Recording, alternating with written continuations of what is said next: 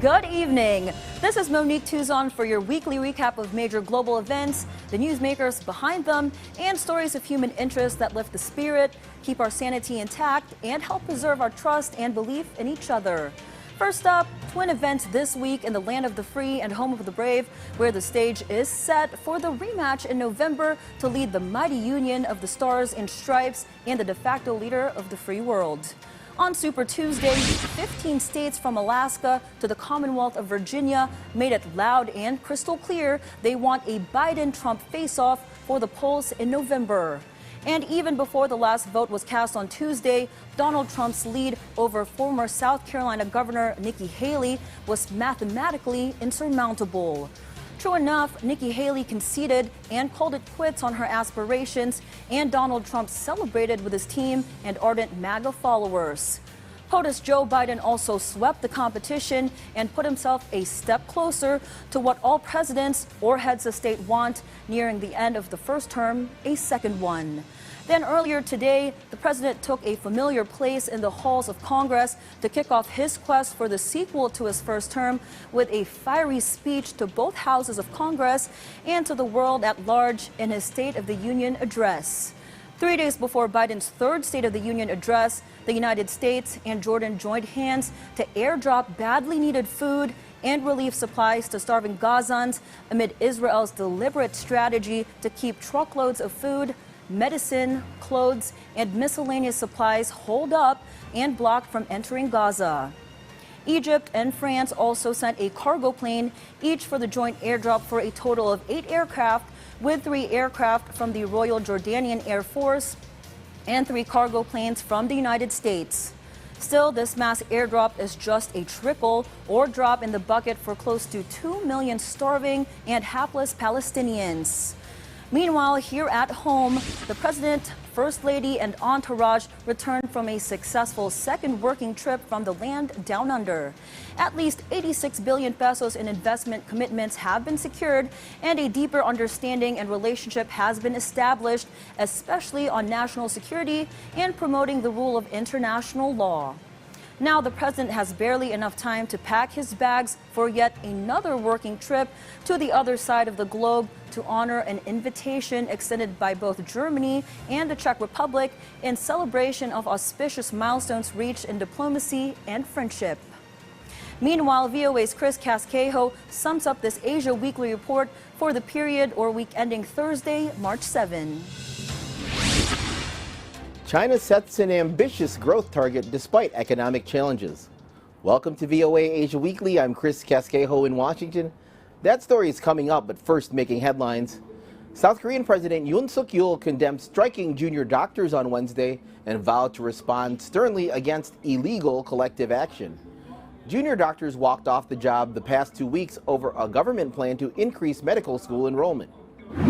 Australia's Prime Minister Anthony Albanese said leaders from the Association of Southeast Asian Nations have achieved a great deal of agreement at the special summit in Melbourne Wednesday that marked 50 years since Australia became the 10-nation bloc's first external partner. This vote, the yeas are 70. After years of negotiation, the U.S. Congress finally passed critical funding for 3 Pacific allies.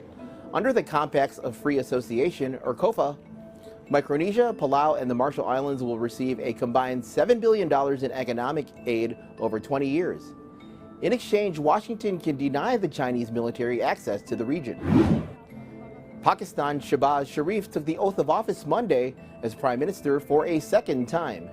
It comes almost a month after a general election that was marred by allegations of voter fraud and delivered a split mandate.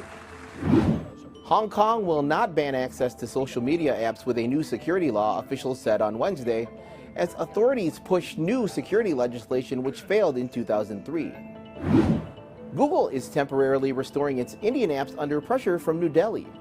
On Friday, the company removed more than 100 apps for not complying with a service fee. Google says it's a reprieve while the matter goes through the Indian Supreme Court. China kicked off its annual session of Parliament Tuesday in Beijing. VOA's Bill Gallo, who attended the event, says Chinese leaders are trying to put a positive spin on the many economic problems they face. Ambitious economic goals unveiled during the opening of China's ceremonial parliament. it's a chance to project confidence amid a host of challenges. Premier Li Qiang announced an economic growth target of about 5%, matching last year's figure. Achieving these targets this year is not an easy task. It requires focused policies, doubled efforts in work, and concerted efforts from all sides. Chinese leaders have overseen some of the country's slowest growth in decades as they deal with a real estate crisis and slowing foreign investment. But at this choreographed meeting, the mood is upbeat as China's political elite endorse the Communist Party's plans. One of the main goals of this meeting is to reassure foreign investors who have a lot of questions about China's economy. But the lack of a press conference afterwards may leave a lot of those questions unanswered. For decades, China's premier answered media questions at the end of this gathering. Now, that event has been canceled. It is a window of opportunity for international media to get access to insights by the premier himself. Therefore, the cancellation of the presser became a disappointment for many members of the international media community. In fact, many are shocked. As he consolidates power, Chinese President Xi Jinping has emphasized national security. That has spooked some foreign companies. But investors will be encouraged if China meets this year's economic growth target, says Lim. Because last year it was also 5%. So 2 years of 5% would mean that there is a sustained recovery from Corona compared to 2022, which was 3%. So this is the image that the Chinese government wants to portray. China has also announced it will boost defense spending by about 7%, well above its economic growth target. Bill Gallo, VOA News, Beijing. Visit voanews.com for the most up-to-date stories. Finally, with great power comes great responsibility. That's the signature quote of superhero Spider-Man.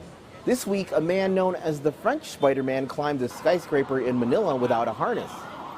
Alain Robert says he scaled the tower as a statement of support for Philippines' maritime claims in the disputed South China Sea. The stunt drew a crowd and even stopped traffic in Manila's financial district. Upon returning to the ground, Robert was immediately arrested and fined $18. Thanks for watching VOA Asia Weekly.